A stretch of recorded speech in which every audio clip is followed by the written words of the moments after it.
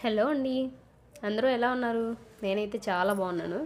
Last Sunday అయితే బిర్యానీ చేశాను. Taste అయితే సూపర్ వచ్చిందండి. కుక్కర్లో చేసినా కానీ ఇంత టేస్ట్గా వస్తుందని నేనే అనుకోలేదు అసలు. నేను చేసిన బిర్యానీలో ఇదే ఇంత బాగా వచ్చింది. అన్నిట్లో కల్లా రైస్ కానీ చూడడానికి చికెన్ పీసెస్ కానీ ప్రతి ఒక్కటి చాలా బాగా ఉడికాయి. కానీ ఒక్కటి కూడా అతుక్కోకుండా వచ్చేసాయి. రైస్ కూడా అసలు విడివిడిగా వచ్చేసాయి.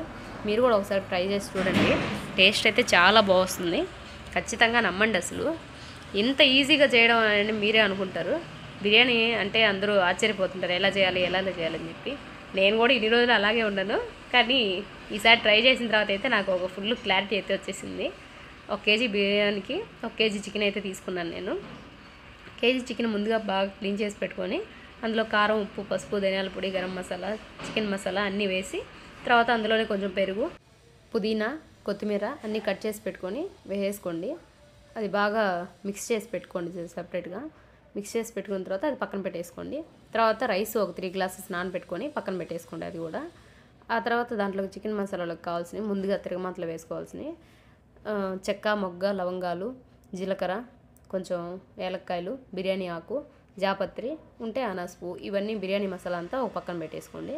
తర్వాత ఆనియన్స్, చిల్లీ కట్ చేసుకొని అవి కూడా పక్కన పెట్టేసుకోండి. 2 టమాటోస్ కూడా మీడియం సైజు అవి కూడా కట్ చేసుకొని పక్కన పెట్టుకోండి. తర్వాత ఇంకా స్టార్ట్ చేసేద్దాం, లేట్ ఎందుకు. తర్వాత ఆయిల్ వేసుకొని అందులోనే తీసి పెట్టుకున్న మసాలాలన్నీ వేసేసుకొని లైట్గా ఫ్రై చేసి అందులోనే పచ్చిమిర్చి కూడా వేసుకొని ఆనియన్స్ కూడా వేసుకోండి. ఆనియన్స్ కూడా కొంచెం లైట్గా ఫ్రై అయిన తర్వాత కొంచెం సాల్ట్ వేస్తే బ్రౌన్ ఆనియన్స్ లాగా తయారవుతాయి. బ్రౌన్ ఆనియన్స్ లాగా ఫ్రై అయ్యాయంటే టేస్ట్ కూడా చాలా బాగుంటుంది.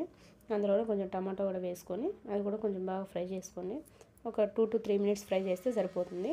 తర్వాత అందులోనే మనం మ్యారినేట్ చేసి పెట్టుకున్న చికెన్ కూడా వేసుకోండి. అందులోనే వేసిన తర్వాత ఒక 1 or 2 మినిట్స్, ఒక 5 మినిట్స్ అంతే ఒక బాగా కలిపెట్టేసుకొని మూత పెట్టేసేయండి. ఒక 5 మినిట్స్ తర్వాత మూత తీసామంటే కొంచెం ఆయిల్ వాటర్ అంతా కొంచెం పైకి వచ్చేస్తాయి. అవి పైకి వచ్చిన తర్వాత ఈ కడిగి పెట్టుకున్న రైస్ అయితే దాంట్లో వేసుకోండి.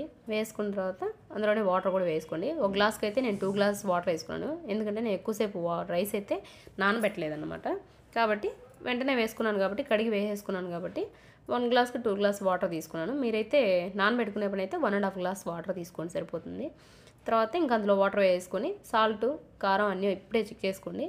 ఇప్పుడే చెక్ చేసుకొని కుక్కర్ మూత అయితే పెట్టేసేయండి.